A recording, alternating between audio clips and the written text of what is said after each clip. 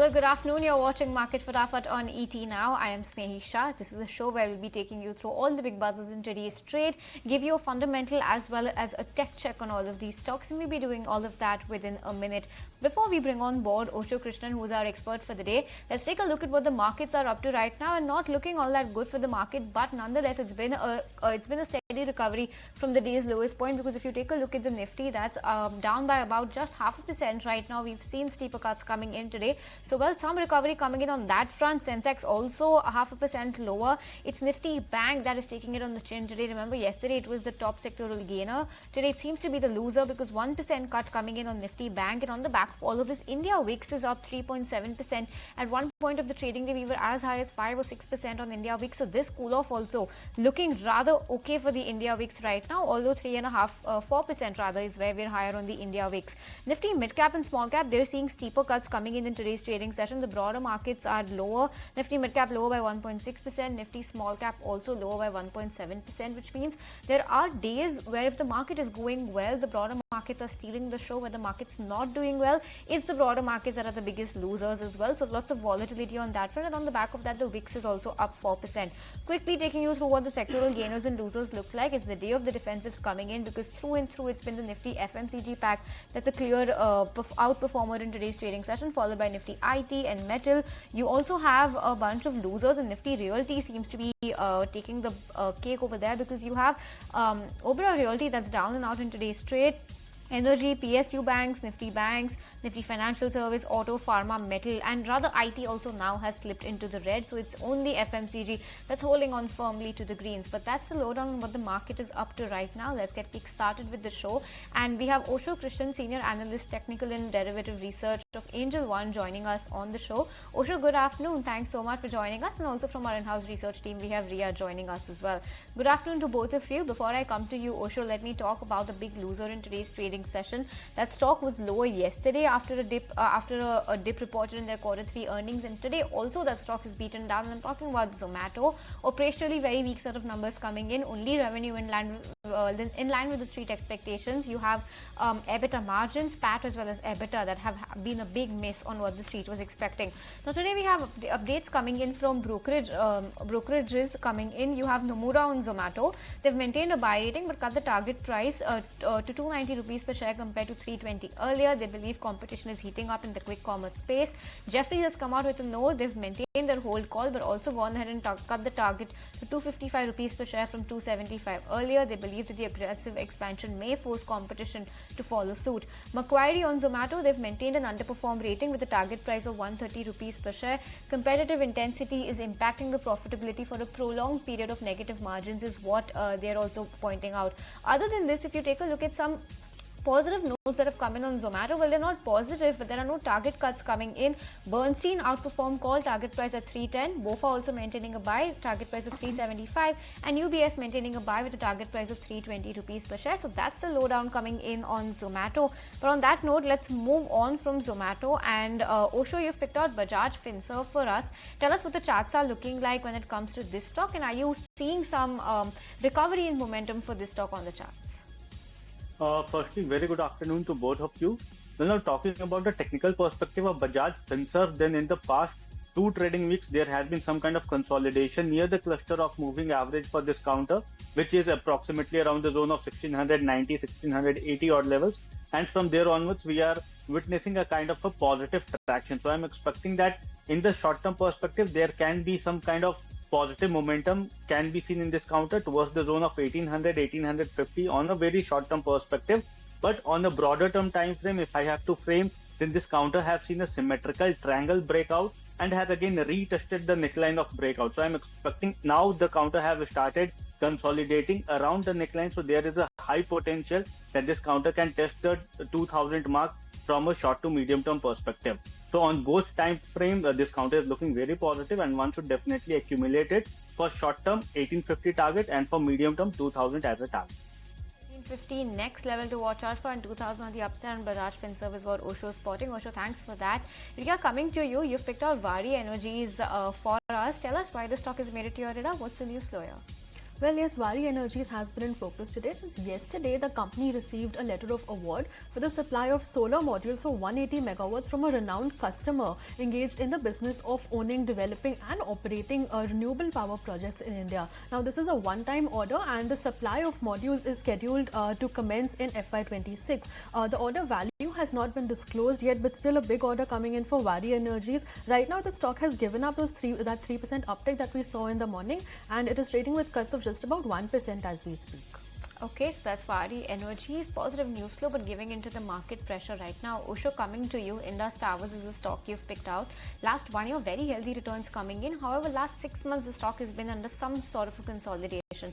Tell us what's the outlook going ahead, and do you see the stock picking up some momentum on the charts now? See, overall, in the last 2 trading months, the counter has been hovering near the zone of 300, 320 odd levels. And again, in the last trading week, the counter have started gaining some traction. So I'm expecting that with the kind of reversal that has been seen on the technical parameters, there can be some potential upside movement in this counter. Although the counter is hovering just near to the 200 simple moving average, so conviction will come once this counter crosses the zone of 380 on a decisive manner. From there onwards, there can be an upside target of nearly 430 to 440 on the short-term perspective, while on the lower end, 340 should be acting as a very strong support for short-term traders in this counter. Okay, so that's the take on Indus Towers coming in on the charts. Osho, thanks for that. Let's talk about Dixon Tech, because this is yet again another big loser in today's trading session, and this is on the reason that Q3 net profit has been lower than estimates and PAT has stood lower than estimates on higher depreciation, interest as well as minority interest. If you take a look at these numbers on a consolidated year-on-year basis, revenue is up, in fact more than double year-on-year. Net profit too is up 122% on a year-on-year basis. However, this has still managed to miss what the street was expecting, because the street was rather upbeat and positive on Dixon Tech's Q3 numbers. EBITDA is also up more than double, and EBITDA margins, however, have seen slight pressure coming in at 3.7% compared to 3.8% on a year-on-year basis, down about 9 bips when you take a look at that on a YOY basis. Brokerage takes then, Jefferies has maintained its underperformed rating with a target price of 12,600 rupees, which is significantly under where the stock is trading right now. They believe that the earnings beat risk reward remains stretched at a forward PE multiple of 106 times. The company is non-branded B2B EMS player but trades higher than a branded B2C company. That's what Jefferies is pointing out. Nuvama also maintained a hold rating, target price of 18,790. At least that is on an upside of where the stock is trading right now. So mixed brokerage views coming in. PAT is missed street estimates and the stock is lower on the back of that news flow. But let's also move on, and Osho, you've picked out Nalco for us on the charts. Tell us what the outlook is for this counter, because if I pull up the charts for the last 6 months, I'm seeing a 9% uptick coming in, so it's not done all that badly. Last 1 year also 64-65%, so this stock is looking good on the charts for now. Do you believe that this positivity will continue going ahead? See, overall, this counter has seen a very strong consolidation around the zone of 180 to 190 from April month towards September 2024. And after that, we have witnessed a very strong breakout in this counter to test the zone of 255 on the higher end. And again, after the recent correction, the counter is again hovering near to the 200 simple moving average around the zone of 190. And the technical parameters are signaling a kind of a reversal in this counter. So I'm expecting that in the short-term time frame, there is a possibility for this counter to have a kind of a counter trend towards the zone of 230 to 235 on a very short-term time frame chart, while 190 to 185 should be acting as a very strong support for the short-term trend. So I'm expecting that for short-term, one can definitely add a bullish bet in this counter for 230-35 as a target. Okay, 230-235 on the upside. Let's slip into a short break. We'll be right back on the other side. But as we do that, ahead of the Union Budget 2025, Rajat Mahajan, the partner and automotive sector leader at Deloitte, talks about the transformation the Indian auto sector is undergoing and the shift in customer vehicles preferences. He lists out the factors that the Finance Ministry should focus on in the upcoming budget. Let's go across and listen in. Indian automotive market is undergoing a major transformation. We already are the third largest four-wheeler player, and we are the largest two-wheeler manufacturers in the world. So the three key trends that we can see in the next year, or in 2025, is first is with respect to customers. We'll see an emergence of silver economy, people who have disposable income, the young economy, people who have got income who are starting to earn and they want to spend more. And the third is the Bharat economy, which is the tier 2 and 3 towns of India. There are some very interesting trends that we are seeing that next year, when we surveyed, a lot of people, nearly 14% of the people said that they'll be entering the market looking for a new vehicle for the first time. Okay. BEV, battery electric vehicles and hybrids are going to be an in thing next year. We expect nearly, as per our survey, 57% of the customers said that they will look for ICE vehicles. This is a slight increase compared to last year. However, nearly 37% of the customers will look for new energy vehicles, which is hybrids, strong hybrids, plug-in hybrids, etc. Other major trends is technology. We expect a lot of launches that will happen in this space by the OEMs who are fitted with new age features, ADAS, as well as many other technology related features. The third major trend is the changing role of the ecosystem players as well as the dealers. While it is the charging infrastructure providers or the insurance providers, finance providers, etc., both in the BEV as well as the ICE space, right? The role will emerge, and that's what we see.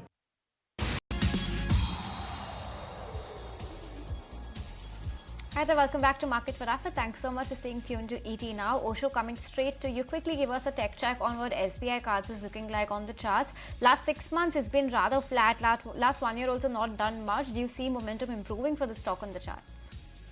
Overall, this counter have been gaining some traction in the last 3 to 4 trading weeks. Even on the technical front, there has been a double bottom formation on this counter around the zone of 730, which again got retested in the month of January, early January.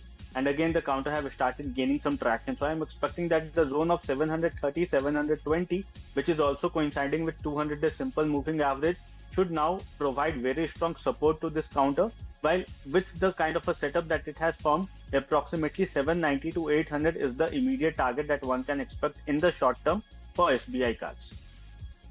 The levels to watch out for when it comes to SBI Card. But on that note, Osho, Ria, thanks so much for joining us. We'll let you go. Viewers, time to wrap it up on this edition of Market Fatafat. But while we do that, it's of course that time of the year when the big voices gather for the World Economic Forum in Switzerland from our Davos collective. Let's get you excerpts from our chat with Manoj Kumar Singh, the Chief Secretary of Government of Uttar Pradesh. Air connectivity, roadways के लिए expressway और इस तरह से हर infrastructure के sector में काफ़ी major investment किए जा रहे हैं.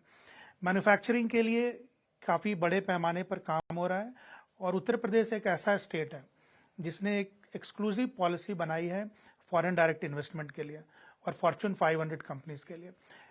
यूपी में लैंड कम है, एग्रीकल्चरली प्रोडक्टिव है, इसीलिए महंगा है. बाकी कई जगह बहुत सस्ते में लोगों को ज़मीन मिल जाती है इंडस्ट्री लगाने के लिए. तो हम लोगों ने एफडीआई और फॉर्च्यून 500 में कंपनीज को 75% सब्सिडी पर लैंड देने के लिए ये एक पॉलिसी बनाई है. और इसमें सबसे पहला जो कंपनी आया है फूजी सिल्वर टेक, जो यमुना में है. फिर अशोक लेलैंड पहली बार साउथ इंडिया से नॉर्थ इंडिया में आया वो इलेक्ट्रिक बस बनाने के लिए. तो इस तरह की कंपनीज को हम लोग अट्रैक्ट करने के लिए स्पेशल इनके लिए पॉलिसी भी बना रहे हैं. अब न्यू एज जो टेक्नोलॉजी है उस पर काम करने के लिए एक artificial intelligence centre of excellence बनाया जा रहा है गौतम बुद्ध यूनिवर्सिटी में और उसके लिए 50 करोड़ रुपए का बजट सैंक्शन किया गया शुरुआत करने के लिए. बट उसमें बहुत मेजर प्लेयर्स के साथ एमओयू साइन हुए हैं जिसमें माइक्रोसॉफ्ट है, गूगल है और सैमसंग है, जिनके साथ मिलकर हम लोग आर्टिफिशियल इंटेलिजेंस पे काम करने जा रहे हैं.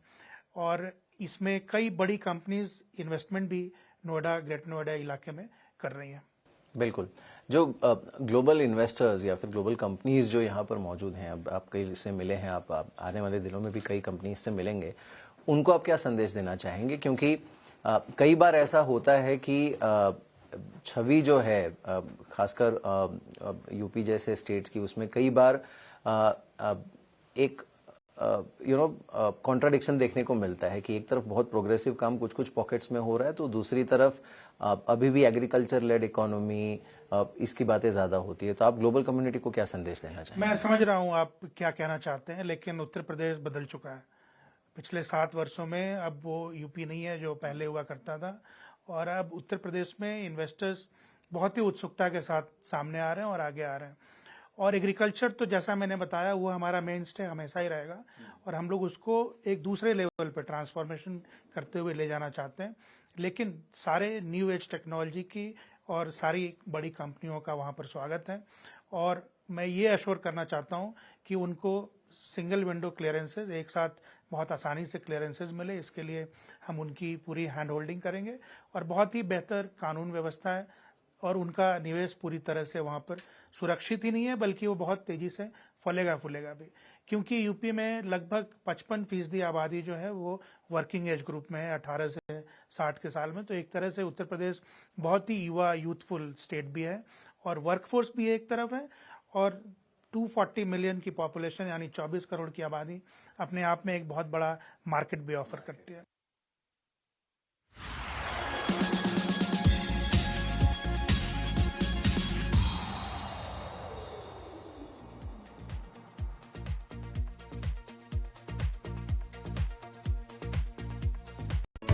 If you like this video, then like, share and subscribe to ET Now.